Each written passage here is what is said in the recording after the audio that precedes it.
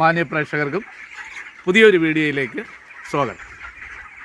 ഇന്ന് ഇറച്ചിക്കോഴി വളർത്തുന്നതിൻ്റെ ഒരു വീഡിയോയാണ്. അതിനെ എങ്ങനെ നന്നായിട്ട് പരിപാലിക്കാം, അതിൻ്റെ തീറ്റ രീതികൾ, പരിപാലനം, രോഗപ്രതിരോധം, ഇങ്ങനെ കുറച്ച് കാര്യങ്ങളാണ് നിങ്ങളെ പരിചയപ്പെടുത്തുന്നത്.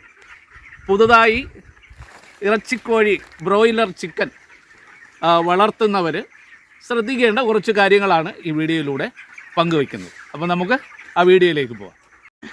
ഒന്നാമതായി നമുക്ക് കോഴി വളർത്തണമെങ്കിൽ ഒരു കൂട് വേണം, അതായത് ഒരു ഷെഡ്. അപ്പോൾ ഷെഡെന്ന് പറയാൻ ഏകദേശം അതിൻ്റെ ബേസ്മെൻറ്റ് തറനിരപ്പിൽ നിന്ന് ഒരു 1.5 അടി പൊക്കം വേണം. കൂടിൻ്റെ നീളം എന്ന് പറയുന്നത് ഒത്തിരി നീളം നമ്മൾ കൂട്ടിയാൽ കോഴി നന്നായിട്ട് വളരത്തില്ല. അതായത് ഷെഡിൻ്റെ ഒരറ്റം മുതൽ അങ്ങേയറ്റം വരെ ഓടും, അപ്പോൾ ശരീരം ക്ഷീണിക്കും. അപ്പോൾ കഴിയുന്നതും ഒരു 50 അടിക്കകത്തുള്ള അല്ലെങ്കിൽ ഒരു 25 അടിക്കകത്തുള്ള ചെറിയ ചെറിയ കൂടുകൾ വയ്ക്കുമ്പോഴാണ് നല്ല വലിയ ഒരു റിസൾട്ട് നമുക്ക് കിട്ടുന്നത്. അതുകൊണ്ട് പുതുതായിട്ട് ചെയ്യുന്നവർ പ്രത്യേകം ശ്രദ്ധിക്കേണ്ട കാര്യം, കൂടിന് ഒരുപാട് നീളം പാടില്ല. ഇടയ്ക്കിടയ്ക്ക് മുറിച്ച് വേണം കൂട് വയ്ക്കും. അപ്പോൾ നീളത്തിൻ്റെ കാര്യം, വീതി ഒരു 20 അടിയിൽ ഒരു 16 അടി മുതൽ 20 അടി വീതി മാത്രമേ കൂട്ടിന് പാടുള്ളൂ. കാരണം എന്ന് വെച്ചാൽ ഇതിനകത്ത് ധാരാളം എയർ സർക്കുലേഷൻ ഉണ്ടായാൽ മാത്രമേ കോഴിയുടെ ശരീര വളർച്ച ദ്രുതഗതിയിൽ ഉണ്ടാവത്തുള്ളൂ. അതുകൊണ്ട് 15 മുതൽ 20 അടി വരെ വീതി ആകാം. അതിൽ കൂടുതലായി പോയാൽ നമുക്ക് റിസൾട്ട് വളരെ മോശമായിരിക്കും. എന്നും അസുഖങ്ങളും കാര്യങ്ങളുമായിരിക്കും, കോഴികൾ ഒത്തിരി ചത്തുപോകും. അതുകൊണ്ട് അത് പ്രത്യേകം എയർ സർക്കുലേഷൻ ഉണ്ടാവേണ്ടത് വളരെ അത്യാവശ്യമാണ്. പിന്നെ കൂടിൻ്റെ ഹൈറ്റ് എന്ന് പറയുന്നത് കുറഞ്ഞത് ഞാനിവിടെ കാണിച്ചു തരാം. ഇത് പൈപ്പിലാണ് ചെയ്തിരിക്കുന്നത്. ഇപ്പോൾ തറനിരപ്പിൽ നിന്ന് ഒരു 8 അടി പൊക്കമാണ് മുകളിലേക്കുള്ളത്. എന്നിട്ട് ഇതിൻ്റെ മുകൾ ഭാഗം, അതായത് കൂടിൻ്റെ മുകൾ ഭാഗം ഏകദേശം ഒരു 16 അടി ഓളം പൊക്കം എടുത്തിട്ടുണ്ട്. ഒരു 7 അടി സ്ലോപ്പെങ്കിലും മേൽക്കൂരയ്ക്ക് ഉണ്ടാവണം. അതായത് മഴ പെയ്താൽ പെട്ടെന്ന് വെള്ളം ചുവട്ടിലേക്ക് പോരണം. അതുമല്ല മറ്റൊരു ഇലകളൊക്കെ വന്ന് വീണ് അവിടെ ഇരിക്കാൻ പാടില്ല. അപ്പം നല്ല സ്ലോപ്പ് ഉണ്ടെങ്കിൽ കൂടുണ്ടാക്കുമ്പോൾ നല്ല സ്ലോപ്പ് ഉണ്ടാവണം. പിന്നെ മഴക്കാലത്ത് ആണ് ഇത് സ്മെല്ല് കൂടുതലുണ്ടാകുന്നത്. അപ്പോൾ ആ മഴയുടെ ചാറ്റൽ മഴ, അതായത് ശക്തമായ മഴ പെയ്യുമ്പോൾ വെള്ളം നമ്മുടെ ഷെഡിനകത്തേക്ക് അടിച്ചു കയറും. അതുണ്ടാകാതിരിക്കാൻ വേണ്ടി സൈഡിൽ ഒരു 1.5 മീറ്റർ കൂടിൻ്റെ ബേസ്മെൻറ്റിൽ നിന്ന് പുറത്തേക്ക് 4 സൈഡിലും പുറത്തേക്ക് ഒരു 1.5 മീറ്ററോളം തള്ളി വേണം കൂട് എൻ്റെ മേൽക്കൂര കെട്ടാൻ.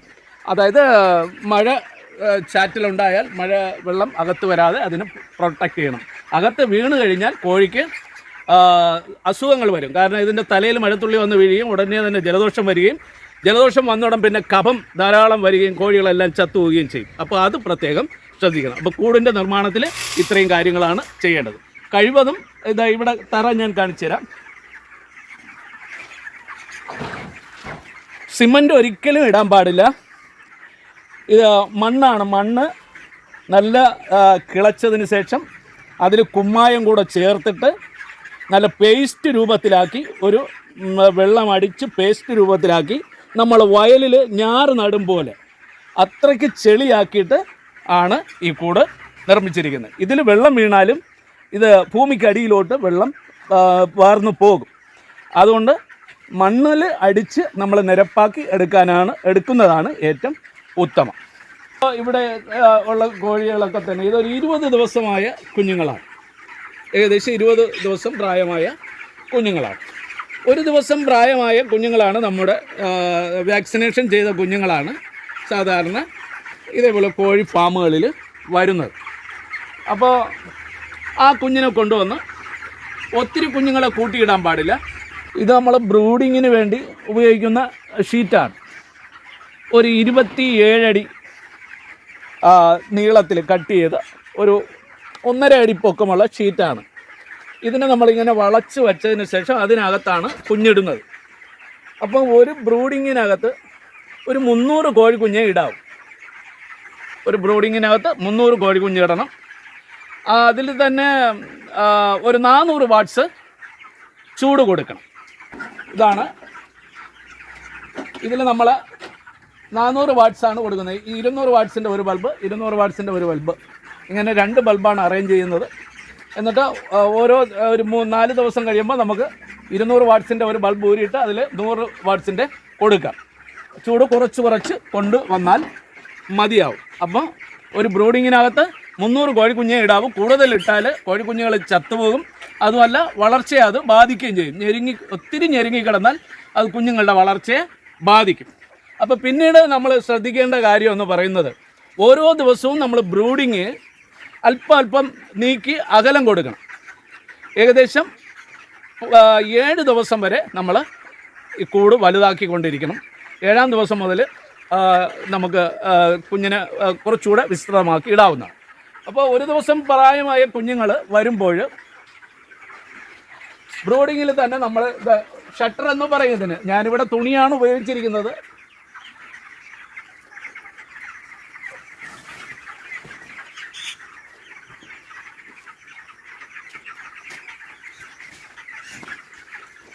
മുകളിൽ ഒരു അരയടി ഗ്യാപ്പ് വിട്ടിട്ട് താഴെ അറ്റം വരെ, അതായത് വായു കാറ്റൊന്നും കയറാത്ത വിധത്തിൽ നമ്മൾ കുഞ്ഞുങ്ങളെ ഇടുന്നതിൻ്റെ 4 ചുറ്റും മറയ്ക്കേണ്ടത് ഉണ്ട്. അത് ഒരു 8 ദിവസം, മഴയാണെങ്കിൽ ഒരു 10 ദിവസം വരെ നമുക്ക് ഈ ഷട്ടർ വേണം. ഉച്ച സമയത്തൊക്കെ നമുക്ക് ഷട്ടർ പൊക്കി വെച്ച് കൊടുക്കാം. ഉച്ച സമയത്ത് നല്ല വെറിയുണ്ടെങ്കിൽ ഷട്ടർ ആ സമയത്ത് നമുക്കൊന്ന് പൊക്കി വെച്ച് കൊടുക്കാം. വൈകുന്നേരം ആകുമ്പോൾ നമുക്ക് ഷട്ടർ താഴ്ത്തി ഇട്ട് കൊടുക്കണം. ഇങ്ങനെ കുഞ്ഞിന് ഒരുപാട് തണുപ്പ് അടിക്കാൻ പാടില്ല. ഹ്യൂമിഡിറ്റി ഒരു മിനിമം ചൂട് ഫാമിനുള്ളിൽ തന്നെ ഉണ്ടാകണം. അപ്പോൾ ഇത്രയാണ് കുഞ്ഞുങ്ങളുടെ അതിൽ ശ്രദ്ധിക്കേണ്ടത്. പിന്നെ സാധാരണ കുഞ്ഞുങ്ങൾക്ക് വരുന്നത് വലുവാണ്, കഫത്തിൻ്റെ ബുദ്ധിമുട്ടാണ് വരുന്നത്. 1-ാം ദിവസം മുതൽ 6-ാം ദിവസം വരെ നന്നായിട്ട് തിളപ്പിച്ചാറ്റിയ വെള്ളമാണ് നമ്മൾ കൊടുക്കേണ്ടത്. അതിനുശേഷം അത് ചെറിയ ഡ്രിങ്കറിൽ ആണ് 6 ദിവസവും ആ വെള്ളം ക്രമീകരിക്കേണ്ടത്. ഒരു 6 ദിവസമായി കഴിഞ്ഞാൽ ഇതുപോലുള്ള ഡ്രിങ്കർ നമുക്ക് താഴ്ത്തി തറനിരപ്പിൽ കുഞ്ഞിന് കുടിക്കാൻ, ഇപ്പോൾ തറനിരപ്പിൽ നിന്ന് ഒരു 2 ഇഞ്ച് പൊക്കത്തിൽ നമുക്ക് കൊച്ചു കുഞ്ഞുങ്ങൾക്ക് കൊടുക്കാൻ കണക്കിന് ഇത് ക്രമീകരിക്കാം. ഇത് ഇറക്കുന്നതിന് മുമ്പ് തന്നെ ഇതെല്ലാം ഫുള്ള് വാക്സിനേഷൻ ചെയ്ത് വയ്ക്കേണ്ടതുണ്ട്. ചൂടുവെള്ളത്തിൽ കഴുകണം, ബ്ലീച്ചിങ് പൗഡർ ഇട്ട് കഴുകണം. ഒപ്പം തറയിൽ ധാരാളം കുമ്മായം ഇട്ട് കൊടുക്കണം. തറയിൽ കുമ്മായവും ചേർത്ത് കൊടുക്കണം. സാധാരണ കോഴികൾക്ക് ഒരു 90% കോഴികൾക്ക് വരുന്ന ഒരു അസുഖമാണ് കഫത്തിൻ്റെ പ്രയാസം, അതായത് വലിവ്. അപ്പോൾ ഇത് വരുന്നതെന്ന് പറഞ്ഞാൽ തണുപ്പടിച്ച് തൊണ്ടയിലുണ്ടാകുന്ന അണുബാധ കൊണ്ടാണ് ഇത് ഉണ്ടാകുന്നത്. അപ്പോൾ ഏത് മെഡിസിൻ കൊടുത്താലും സാധാരണ കുറയാറില്ല ഈ അസുഖം. അപ്പോൾ ഞാൻ അതിന് ഫലപ്രദമായ ഒരു മരുന്ന് ആണ് ഇവിടെ തയ്യാറാക്കി വെച്ചിട്ടുള്ളത്. ഞാൻ ഈ മരുന്ന് മാത്രമാണ് ഉപയോഗിക്കുന്നത്. ഇന്ന് വിപണിയിൽ ധാരാളം ആയുർവേദ മരുന്നുകൾ ഇപ്പം ധാരാളം ഇറങ്ങുന്നുണ്ട്. അത് കോഴിക്ക് കൊടുത്തെന്ന് പറഞ്ഞ് യാതൊരു ദോഷവും ഇല്ല. ഞാനിവിടെ തയ്യാറാക്കി ഇത് ഒരു ആയുർവേദ കഷായമാണ് തയ്യാറാക്കി വെച്ചിട്ടുള്ളത്. ഇതിൽ ചേരുവകൾ ഞാൻ പറയാം. ഒന്നാമത് ആടലോടത്തിൻ്റെ ഇല എടുത്തിട്ടുണ്ട്, അതിനെ ചെറിയ ചെറിയ പീസുകളാക്കി വേവിച്ചതാണ്. പിന്നെ ഒപ്പം അതിൽ വെറ്റ ഇല ചേർത്തിട്ടുണ്ട്. ഒപ്പം കുരുമുളക് പൊടിച്ച് ചേർത്തിട്ടുണ്ട്, ലേശം മഞ്ഞപ്പൊടി, പിന്നെ ഇതിൽ ചേർത്തിട്ടുള്ളത് വെളുത്തുള്ളി, കുറച്ച് ഒരു 1/2 കിലോ വെളുത്തുള്ളി, 1/2 കിലോ ഇഞ്ചി. അപ്പോൾ ഇത്രയും നന്നായിട്ട് വെളുത്തുള്ളി ഇഞ്ചിയും കൂടെ ഒരുവിധം നന്നായിട്ട് ചതച്ചിട്ട് ഈ ഇല തുളസിയിലയും ചേർത്തിട്ടുണ്ട്. അപ്പോൾ തുളസിയില, വെറ്റില, പിന്നെ ആടലോടത്തിൻ്റെ ഇല, ഇവ പീസാക്കി അതിനെ ഒരു നൈറ്റ് ഫുള്ള് വേവിച്ച മിശ്രിതമാണ്, കഷായമാണ് ഈ ഇരിക്കുന്നത്. അപ്പോൾ എത്ര തന്നെ കഫത്തിൻ്റെ പ്രയാസമായാലും ഒരു 5 ദിവസം 2 നേരം, രാവിലെയും വൈകുന്നേരവും ഓരോ ഗ്ലാസ് വീതം ഇതിൽ വേവിച്ച കഷായത്തിൽ ഒരു കാൽഭാഗം കഷായം എടുത്തിട്ട് അതിൽ 3/4 ഭാഗം വെള്ളം കൂടെ ഒഴിച്ചിട്ടുണ്ട്. അപ്പോൾ ഇത് ഒരു കപ്പ് വെച്ച് ഒരു ഡ്രിങ്കറിൽ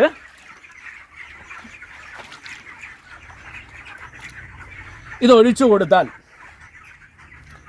കോഴിക്ക് കഫത്തിൻ്റെ ബുദ്ധിമുട്ട് വന്ന് ഇനി എത്ര ക്ഷീണിച്ചിരുന്നാലും ഇത് കുടിക്കുകയാണെങ്കിൽ ആ കോഴി റിക്കവറായിട്ട് വരും. ഈ ഒരു മരുന്നാണ് ഞാനിവിടെ സാധാരണ ഉപയോഗിക്കുന്നത്. അപ്പോൾ ഇപ്പോൾ വിപണിയിൽ ആയുർവേദ മരുന്നുകൾ ധാരാളമുണ്ട്. ഇത് ലഭിക്കാത്തവർ, ഇത് തയ്യാറാക്കാൻ കഴിയാത്തവർ അത് വാങ്ങിച്ച് കൊടുത്താൽ മതിയാവും. സാധാരണ പക്ഷിപ്പനിയൊന്നും തിരുവനന്തപുരം ജില്ലയിൽ അങ്ങനെ വരാറില്ല. ഞാൻ തിരുവനന്തപുരം ജില്ലക്കാരനാണ്, അങ്ങനെ വരാറില്ല.